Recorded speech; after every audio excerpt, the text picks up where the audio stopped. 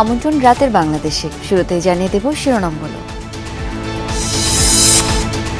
তেলের জন্য পাম্পে পাম্পে ঘুরে নাজেহাল চালক মালিক। সিরিয়ালের চাপে আশপাশের এলাকায় তীব্র যানজট।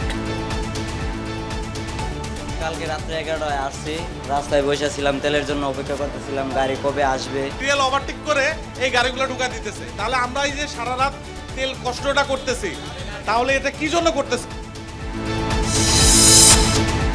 বাড়তি খরচ মেটাতে $200 কোটি ঋণ দরকার বাংলাদেশের। মে মাসের মজুদেও সমস্যা হবে না, দাবি জ্বালানি বিভাগের। এপ্রিল মাস তো বটেই, ইনশাল্লাহ মে মাসেও কোনো সমস্যা নেই।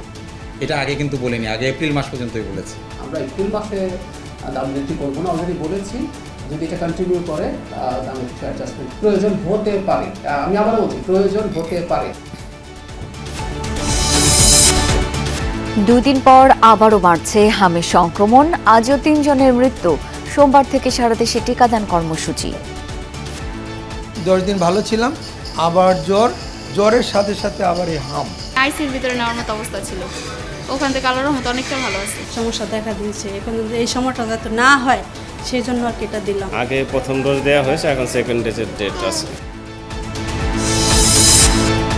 সশস্ত্র বাহিনীকে রাজনৈতিক বিতর্কের ঊর্ধ্বে রাখতে চায় সরকার। সংসদে প্রধানমন্ত্রী 6 মাসের মধ্যে হেলথ কার্ডের আওতায় আসছে 5 জেলা।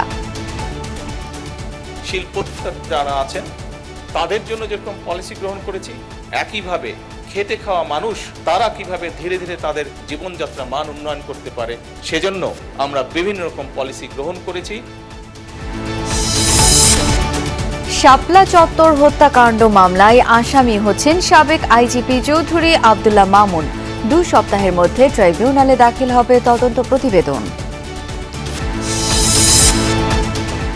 এছাড়াও রাতের বাংলাদেশে থাকছে। হরমুজ প্রণালী থেকে শিগগিরই অবরোধ তুলে নেয়ার কথা জানালেন ট্রাম্প। 2 দিনের মধ্যে ফের শান্তি আলোচনা শুরুর ইঙ্গিত।